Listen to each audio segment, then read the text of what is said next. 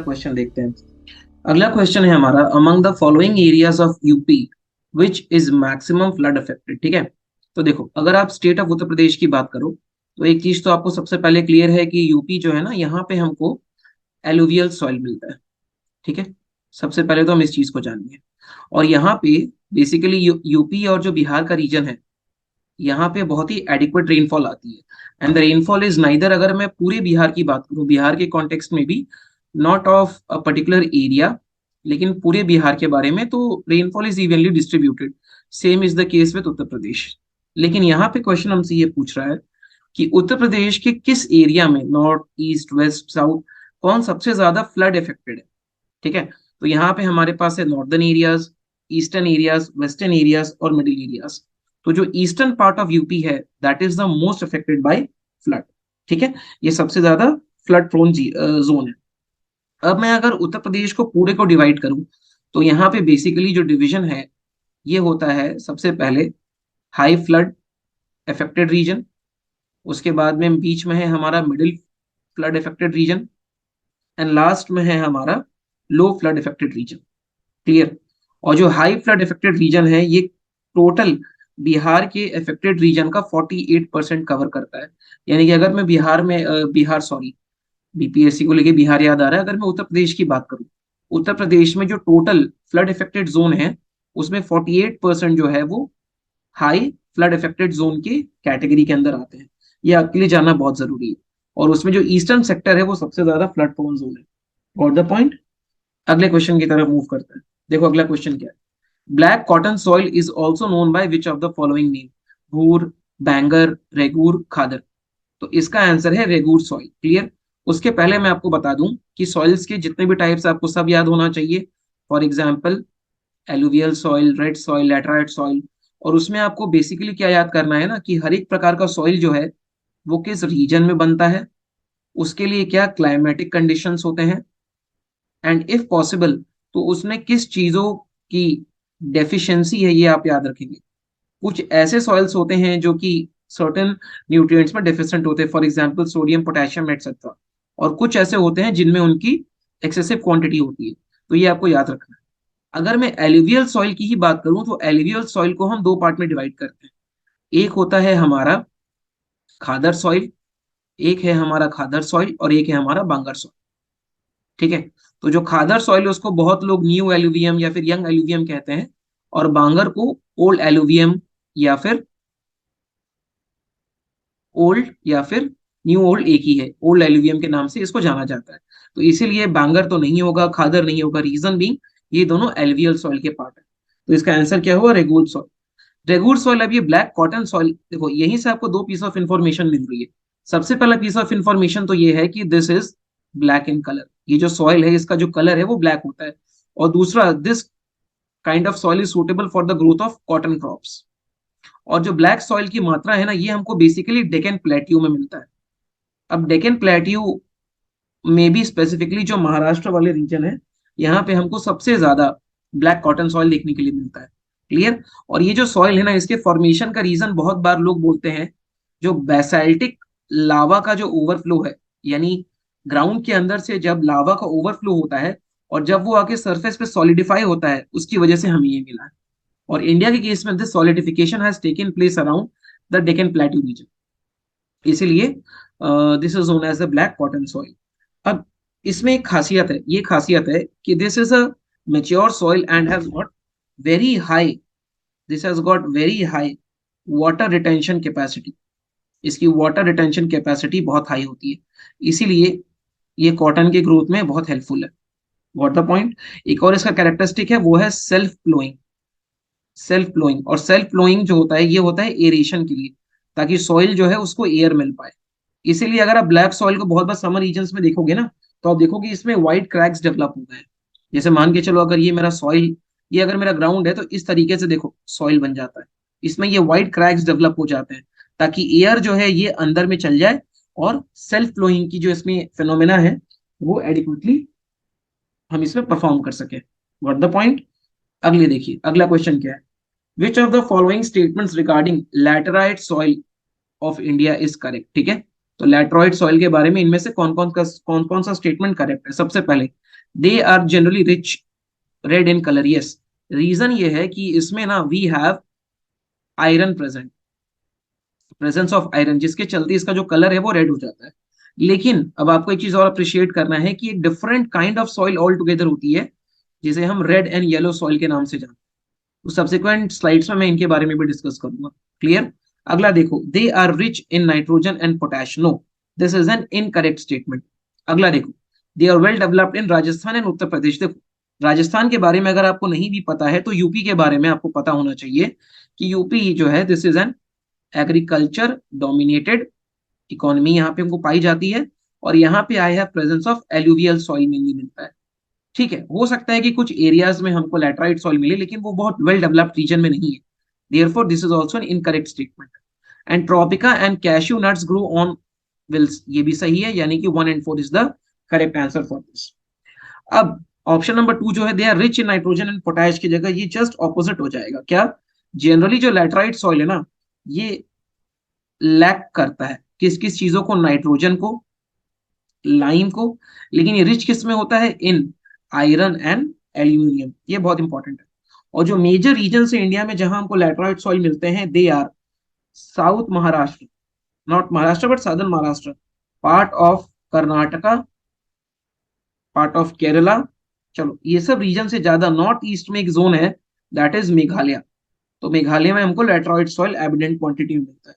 और जो laterite soil होते हैं ना, इनकी फर्टिलिटी बहुत कम होती है, इसलिए हम इसमें हर एक तरह के क्रॉप्स को नहीं उगा सकते हैं, लेकिन कुछ ही क्रॉप्स इसमें उगते हैं। For example tapioca and cashew nuts. Therefore option number B is the correct answer. आगे बढ़े, चलो। Which one of the type of soil is rendered infertile by the presence of excess iron? देखो, किसी भी चीज, अगर कोई भी चीज अगर अपने एडिक्वेट क्वांटिटी से ज्यादा में है तो वो हेल्पफुल नहीं होती है। सिमिलरली इंडिया में एक सॉइल का टाइप है जिसमें आयरन जो है वो बहुत ज्यादा मात्रा में मिलता है। समझ रहे हो आप? तो इनमें से कौन सा ऐसा सॉइल है जो कि आयरन के एक्सेसिव प्रेजेंस के चलते इनफर्टाइल हो जाता है? देखो, सबसे पहले तो एलुवियल सॉइल तो हो नहीं सकता, क्योंकि alluvial soil is not infertile, तो हम आगे आयरन तक पहुंचेंगे ही नहीं। ये हमारा ऐसे ही एलिमिनेट हो गया। ब्लैक सॉइल में आओ, नाम है ब्लैक सॉइल।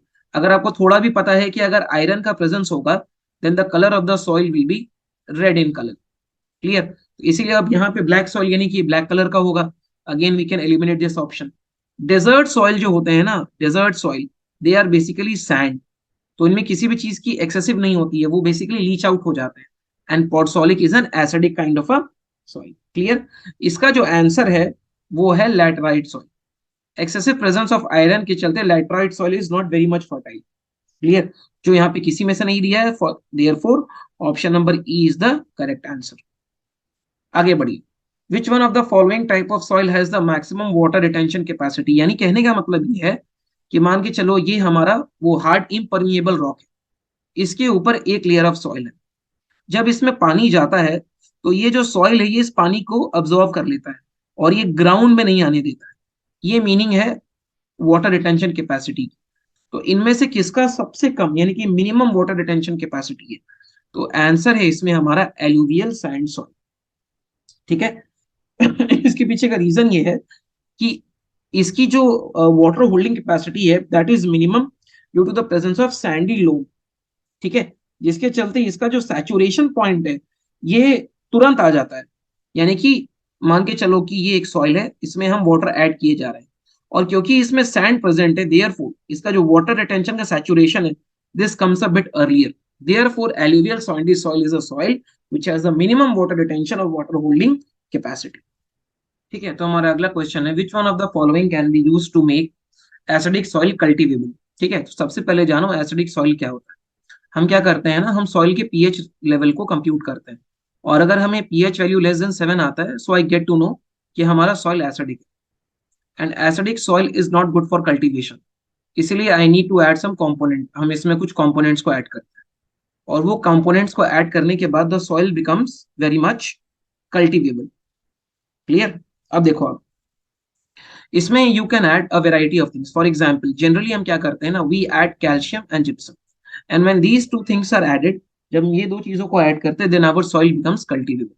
क्लियर? अगले क्वेश्चन पे आओ। Which one of the following soil, यानी यहाँ पूछा जा रहा है कि इनमें से कौन सा ऐसा सॉइल है which is very good for tea plantation, जो टी प्लांटेशन के लिए सूटेबल है। अब देखो, you have got a variety of answers, ठीक है। यहाँ पे एलुवियल सॉइल है, रेगुड सॉइल है, अल्कलीन सॉइल है, एसिडिक सॉइल। तो जनरली आपको लगेगा कि टी प्लांटेशन विल रिक्वायर, अगर आपको नहीं पता है बिफोर हैंड में, तो tea plantation will require cultivable soil, तो आप यहाँ पे जनरली अलुवियल सॉइल को मार्क कर दोगे। लेकिन you will be amazed to know कि इसको थोड़ा सा स्लाइटली एसिडिक सॉइल चाहिए होता है फॉर इट्स कल्टीवेशन। वैसे you can grow T in a variety of soils. तो अगर एक स्टेटमेंट अगर बीपीएससी में ऐसा पूछ रहा है आपसे कि tea plantation requires a specific kind of soil for its growth, ये एक इनकरेक्ट होगा, ठीक है। तो हम लोग क्या करते हैं ना इसमें, slightly acidic soil, slightly acidic, बहुत ज्यादा एसिडिक भी नहीं होना चाहिए, and which should not have the presence of calcium, calcium absent होना चाहिए, ठीक है। क्योंकि जो टी का जो प्लांट है ना, this is highly tolerant to stagnant water, इसको फ्लोइंग वाटर चाहिए, फ्लोइंग वाटर। इसीलिए आप लोग देखना कि ये जो टी की जो क्रॉप्स होती हैं या जो प्लांटेशन है, ये हम लोग जनरली हायर एलिवेशन में करते हैं। फॉर एग्जाम्पल हिली है, दार्जिलिंग ले लो, असम ले लो। अगर आपने कभी पॉन्डर किया होगा कि why only in the hilly regions, अगर हमें एसिडिक सॉइल चाहिए वो तो हमें बहुत सारी जगहों पे मिलती है। रीजन ये है कि जो टी का जो क्रॉप होता है वो स्टैग्नेंट वाटर को टॉलरेट नहीं कर पाता है, therefore I need a slanting slope. यहाँ पे जो वाटर है वो नीचे की तरफ सीप डाउन कर जाता है, गॉट द पॉइंट। और नीचे की तरफ सीप डाउन करने की वजह से this is very helpful, clear. अब देखो, अब अगर मैं आपको बताऊं यहाँ पे अगला क्वेश्चन जो है वो ये देखो।